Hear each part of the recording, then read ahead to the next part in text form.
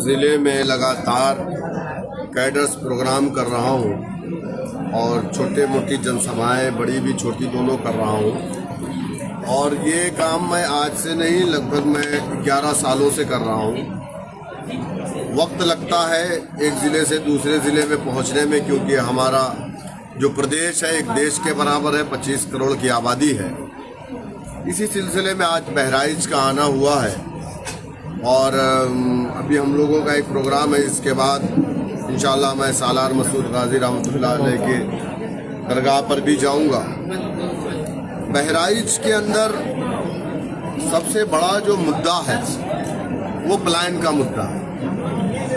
आज पूरे हिंदुस्तान में बहराइच से लेबर भेजे जाते हैं, बल्कि खरीदे जाते हैं, अगर मैं ये कहूँ तो गलत ना होगा। उसकी वजह यह है कि यहाँ पर रोजगार नहीं है। सरकारी नौकरी की तो हम उम्मीद ही नहीं कर सकते, क्योंकि हम मुसलमान हैं, हमें तो मिलनी नहीं है। लेकिन यहाँ पर बेरोजगारी है, कोई कल कारखाने नहीं है किसी तरीके के। यहाँ पर एजुकेशन सिस्टम नहीं है। बहराइच शहर गंदगियों का अंबार है। बहराइच के अंदर ट्रैफिक का मामला है, अतिक्रमण का मामला है। ना मौजूदा विधायक किसी लायक है, वो नाकारा है, या पूर्व विधायक जो है वो भी नाकारा था। अभी आपने देखा कि कुछ दिन पहले बहराइच के अंदर महासी में हिंदू मुस्लिम के बीच में एक तनावपूर्ण मामला हुआ, जिसमें एक मिश्रा जी की जान भी चली गई। बहुत सारे मुसलमानों पर भी फर्जी तरीके से मुकदमे लगाए गए, उनको जेल भेजा गया। बहराइच ज़िले के लोग परेशान थे। बहराइच शहर में भी लोगों की दुकानों को आग के हवाले किया गया। लेकिन बहराइच के लोगों ने जिस शख्स से उम्मीद की थी, जिस शख्स को अपना नेता माना था, वो बहराइच छोड़ करके भाग गया था। अब मुझे नहीं मालूम कि वह लखनऊ में था या बगल के ज़िले में, कंट्री में था, बगल के देश में था, ये मैं नहीं बता सकता। लेकिन जब जब ज़रूरत पड़ी बहराइच के लोगों को, तो उनका नुमाइंदा हमेशा गायब मिला। उनकी मोहतरमा है, मटेरा से विधायिका है, बावजूद उसके आज तक अगर बहराइच के लोगों ने, मटेरा के लोगों ने या पूरे उत्तर प्रदेश के लोगों ने 2 शब्द उनको कभी विधानसभा के अंदर बोलते हुए बहराइच के इशू पे सुना हो तो बताए। ये लोग बहराइच में रहते नहीं हैं। यासर शाह तो एक मर्तबा बहराइच आते हैं मंगल के दिन, बड़ा मंगल खाते हैं, बड़ा मंगल खिलाते हैं, सर पे अपने वो क्या बोलते हैं तिलक लगाते हैं और यहाँ से चले जाते हैं। तो वो सिर्फ अपना पेट आते हैं बड़ा मंगल खाने के लिए, भरने के लिए। बाकी बहराइच की आवाम से उन्हें कोई मतलब नहीं है। कहीं ना कहीं गलती इसमें हमारी भी है, हमारे समाज की है, क्योंकि हमारा समाज कभी कंडीशन पर वोट नहीं डालता। हमारा समाज ये देखता है कि बीजेपी को कौन हराएगा। जितेंद्र और महेंद्र के झगड़े में अब्दुल दीवाना हो जाता है, नुकसान बेचारा खुद सहता है। भाई जितेंद्र की सरकार है, महेंद्र की सरकार है, दोनों खालाजाद भाई हैं, मामूजाद भाई हैं, फूफीजाद भाई हैं। उसमें तो हमको दीवाना होने की जरूरत नहीं। अगर हम बहराइच से 2, 4, 6 एमएलए जिताएंगे तो कम से कम वो विधानसभा में जाकर के बहराइच के लोगों की बात तो करेगा। लेकिन ये जो लोग हैं, ये लोग तो सिर्फ अपनी पार्टी की बात करेंगे ना, अपने नेता की बात करेंगे ना। दूसरी चीज, आज हिंदुस्तान पाकिस्तान का मैच है। अब कहाँ गए वो लोग, वो भक्त कहाँ गए? पाकिस्तान का पानी रोक दिया, मैच क्यों खेल रहे हो? ऑपरेशन सिंदूर कंटिन्यू है तो मैच क्यों है? क्या हमारे उन 26 मासूमों जो हमारे भारतीय को उनका धर्म पूछ करके मार दिया, क्या उन्हें इंसाफ मिल गया? मोदी जी, योगी जी, आपसे मेरा सवाल है, दिन रात आप हिंदू मुसलमान करते हैं, ये कौन सी मोहब्बत है आपको पाकिस्तान से? हमारी पार्टी इस मामले को कंडम करती है। पाकिस्तान के उस मैच को हम अभी भी कहते हैं, अगर वक्त है तो उसको रोका जाए। पैसे बहुत आएंगे जाएंगे, लेकिन हमारे 26 लोगों की जान की जो कीमत है उससे ज्यादा हमारे लिए पैसा माने नहीं रखता है। एक चीज बार बार सुनने में आती है, एक जोकर है बीजेपी का, उसके घर पर हमारे देश के प्रधानमंत्री भी जा चुके हैं। वो अपने आप को कथावाचक कहता है, उसका नाम धीरेन्द्र शास्त्री है।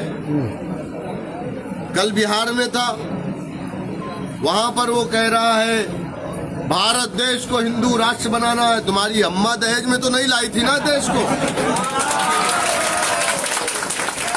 इस देश को आजाद करवाने के लिए हमारे बुजुर्गों ने अपना खून पसीना दिया है। अच्छा सुनो, ये बगल का जो देश है, जब तक हिंदू राष्ट्र था ना, तो वहां के लोग आकर के हिंदुस्तान में सीटी बजाते थे, रात में पहरा देते थे। तो तुम क्या चाहते हो कि अब हिंदुस्तानी जाकर के नेपाल में पहरा दे? हम यही बात अगर कह दें कि हम भारत देश को मुस्लिम राष्ट्र बनाना चाहते हैं, तो हम पर मुकदमा कर दिया जाएगा। क्यों?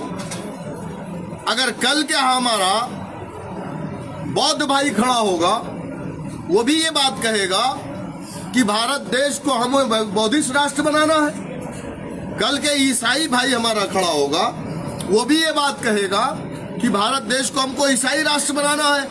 इसका मतलब ये है कि आप देश के अंदर अफरा तफरी पैदा कर रहे हैं और देश को कई टुकड़ों में बांटना चाहते हैं। और ऐसे लोगों को संरक्षण कौन दे रहा है? हमारे देश के प्राइम मिनिस्टर दे रहे हैं, हमारे प्रदेश के मुखिया दे रहे हैं, भारतीय जनता पार्टी दे रही है।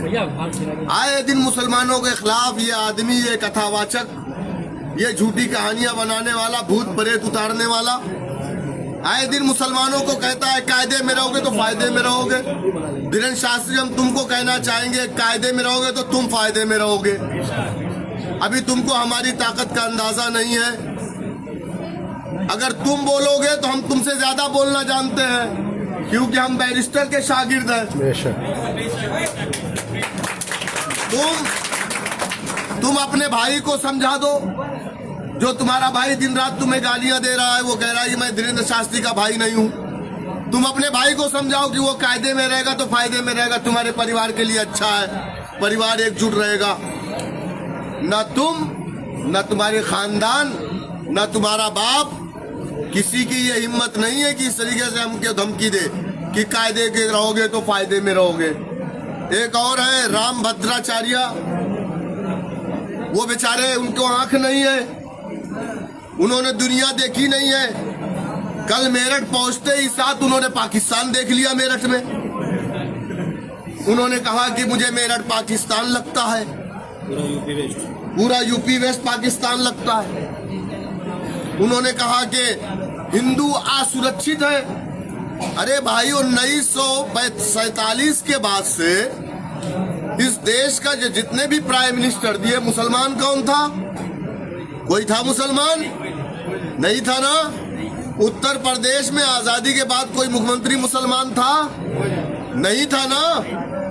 10 साल से तुम्हारा शागिर्द, जिसके तुम गुरु हो, नरेंद्र मोदी प्राइम मिनिस्टर है ना, ये राम भद्राचार्य का चेला है धीरेन्द्र शास्त्री। और ये चेले गुरु को मौजूदा बीजेपी गवर्नमेंट ने छोड़ा हुआ मुसलमानों के खिलाफ जहर अफशानी करने के लिए। लेकिन हमको इनके ट्रैप में फंसना नहीं है। हम जवाब देंगे, आप मत परेशान होइएगा, आप मत कुछ लिखिएगा सोशल मीडिया पे। मैं अपने पार्टी के लोगों से कहना चाहूंगा, ये बोलेंगे, इनका जवाब दिया जाएगा। वो दिन लद गए जब तुम बोलते थे, हम सुनते थे। अब हम बोलेंगे, तुम्हें भी सुनना पड़ेगा।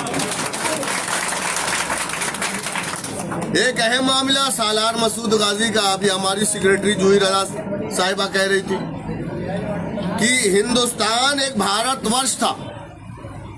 पाकिस्तान, बांग्लादेश, हिंदुस्तान, अफगानिस्तान, ये भारतवर्ष था। ये अखंड भारत जिसको बोलते हैं। और फिर दोबारा तो अखंड भारत बनाने की बात चल रही है ना, हम तो उसका सपोर्ट भी करते हैं। तो सालार मसूद गाजी भारत के बाहर के कहां से हुए? तब हम भी बोलेंगे कि हमारे योगी जी तो उत्तराखंड के, वो तो भारत यूपी के बाहर के हैं। आप बताइए मुझे। तो ये सालार मसूद गाजी अलैहिर्रहमा ये बाहर के कहां से हो गए? और वो जो जिसकी बात कर रहे हैं सुहेल देव, सुहेल देव, सुहेल देव, कौन था वो?